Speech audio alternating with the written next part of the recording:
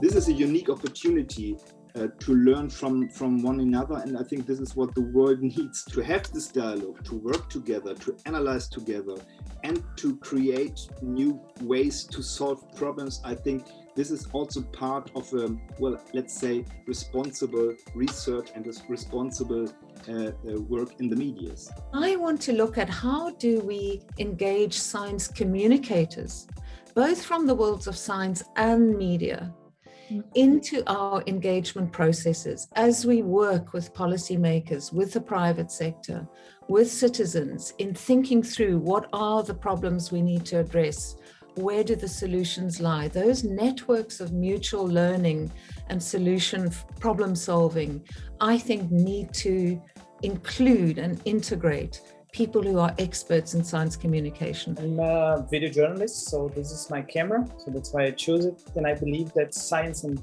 journalism should be like, I don't know, more catchy. And I do agree what we spoke about, that journalists, there's something wrong with journalists. I mean, if we're not speaking to a wider audience and we're losing the grip of this communication, I mean, we are doing something wrong in this communication process, not reaching people.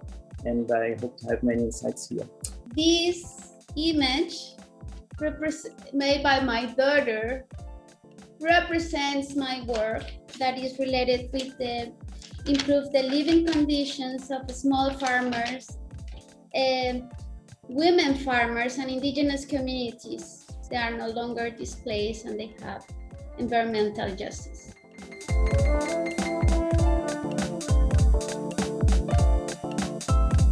Do scientists need to convince everyone else of the need for more research on things that are commonly seen as obvious?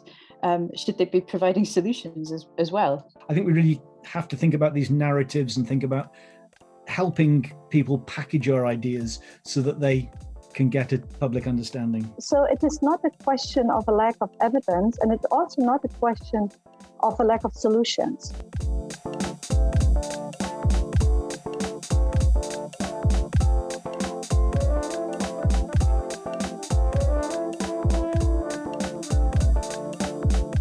How can we break this scenario in which, even for new social environmental contracts and perspectives, usually who has the seat on the table are researchers, journalists, activists from the global north or placed in the global north, as I am, for example, in this moment.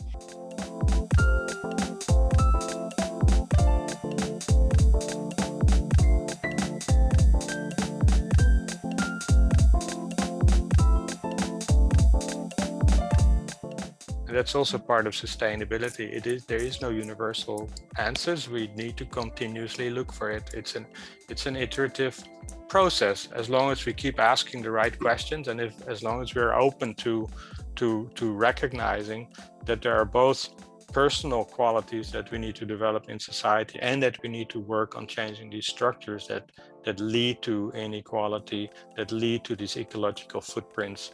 So it's questioning both and kind of linking our inner sustainability with the outer sustainability. Sometimes really psychological help, some sort of psychological help, and just introducing all these tools and trying to give people education, get to try for them to think that they can actually do something better.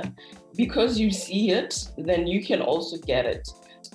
We found in our studies self-confidence to be really the main class marker. So self-confidence in the sense of I'm here, I'm in charge, I tell you how it works. You know, this type of self-confidence. And people at the lowest end of the social spectrum, they utterly lack this self-confidence, and they need this support, especially when being moved into a different environment.